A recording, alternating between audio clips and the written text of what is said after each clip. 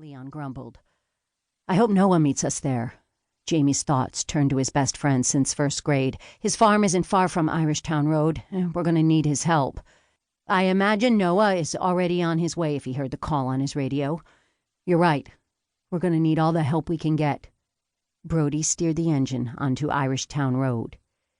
Jamie momentarily thought back to a conversation he'd had with his sister Cindy just a few days earlier. She was reflecting on recently seeing Jamie, Noah, and Leon together.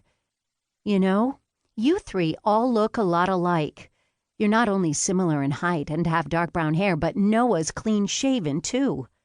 The bishop in their district had made an exception to the rule about married men wearing beards, a requirement because of the custom-fit face masks the firemen wore. If you didn't have blue eyes to their brown eyes, she'd said, you'd practically look like triplets. You're even all 25. Jamie had laughed at that, but now the scent of burning wood filled the cab of the truck, bringing him back to the present. Brody pulled into a rock driveway and stopped alongside a two-story farmhouse, pointing the fire engine's headlights toward a large red barn where dark gray smoke billowed. So far, fire licked up the walls on only the right side of the structure. Good. They might still have time to rescue any animals in there before the entire barn was engulfed in angry flames. Jamie leaped from the engine. The hot, humid June air clung to the back of his neck as acrid smoke threatened his lungs. A light mist of much-needed rain fell as thunder rumbled above him. Jamie glanced toward the house's back porch and spotted a man with a lantern. Two women dressed in robes and with scarves on their heads stood with him. He grabbed his respirator and helmet and sprinted toward them. He could hear Leon right behind him. As he and Leon closed in on the porch, Jamie could tell the family was Amish. The man looked to be in his mid-50s, and the woman on his right seemed about the same age. She was most likely his wife. "Do we need to save any animals?" Jamie skipped the pleasantries as he called to them. "Yeah," the man pointed toward the barn. "2 horses. Willie, Marilyn, Eva." As Leon nodded to each one, they nodded in return. Jamie blinked. How did Leon know this family? Maybe they were the Dieners Brody and Leon thought they remembered living on this road. "Where are the horse stalls located?" Jamie asked. "On the far left side of the barn. There's a separate door there." "Good. We still have time to get them."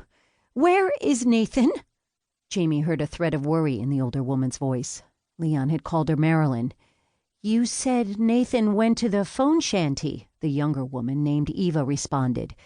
Jamie followed her eyes as she turned toward the shed at the top of the driveway. "He saw the lightning hit the barn and ran to call for help. Didn't Kayla follow him?"